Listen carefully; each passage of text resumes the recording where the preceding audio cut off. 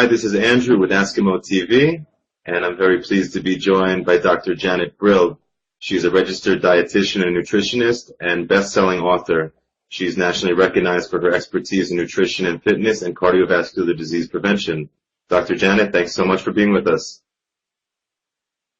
Thanks for having me. So the topic I want to discuss is salt, the new trans fat. What is a trans fat? Trans fat, I like to think of trans fat as a man-made mutant fat. It's actually a configuration of fatty acid that is formed when food processors hydrogenate fats to make a liquid fat into more solid. And basically, so trans fat is found in processed foods in high concentration in certain foods. And it is extremely dangerous. It's almost a slow poison because it does a double whammy for your heart. It actually raises your LDL or your bad cholesterol as well as lowering the HDL or the good cholesterol. So basically trans fat causes disease and should be X'd out of our food supply. How about salt? Is it important to keep some salt in one's diet?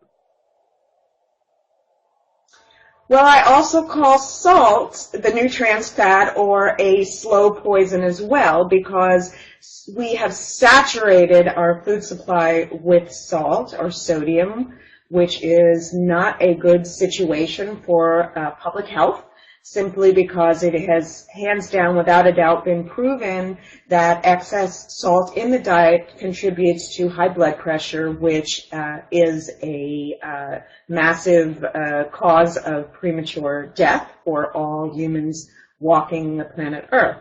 So we only need about 500 milligrams of sodium a day for our health or bodily processes, and actually through most of our evolution, human evolution, humans ate less than maybe a quarter of a gram of salt a day. Now the average human being eats about 9 grams of salt a day, which is ridiculous in terms of, so we have to clamp down on the salt in our foods. It's just not good for public health.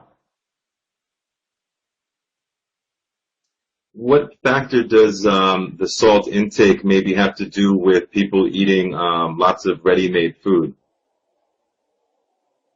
That's a really good question, and the fact is that about 80% of the salt in our foods comes from processed foods and restaurant foods. So if you're eating food from a box or a bag or a can or off a menu, the odds are really good that you're eating too much sodium or a blood pressure raising substance. So we want to try and move away. We want to try and, number one, get the salt out, so much of the salt out of our processed foods, and also to eat more fresh and whole foods. For example, there's 1 milligram of sodium in an apple.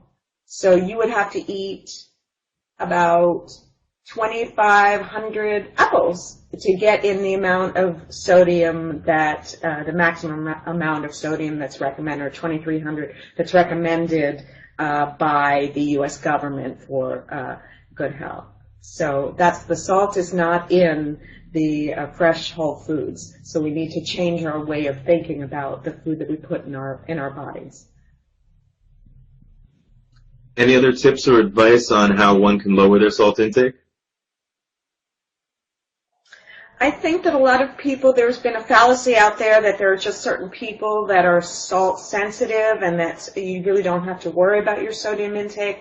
And my answer to that is that everyone, almost all of us, 9 out of 10 of us, will develop high blood pressure related to the saturation of sodium in our food supplies. So we are all salt sensitive to a certain degree. And I think that everyone, all Americans, young and old, need to cut down on their sodium intake and aim for under 1,500 milligrams a day, which is basically not very much. That's about 2/3 of a teaspoon of salt. However, it can be done, and it's really not that hard. All you need to do is focus on eating the more fresh whole foods that do not have added sodium, and also to learn to flavor foods with really tasty herbs and spices that do not contain sodium. And so it's our salt taste is a learned taste, and we can also retrain our taste buds to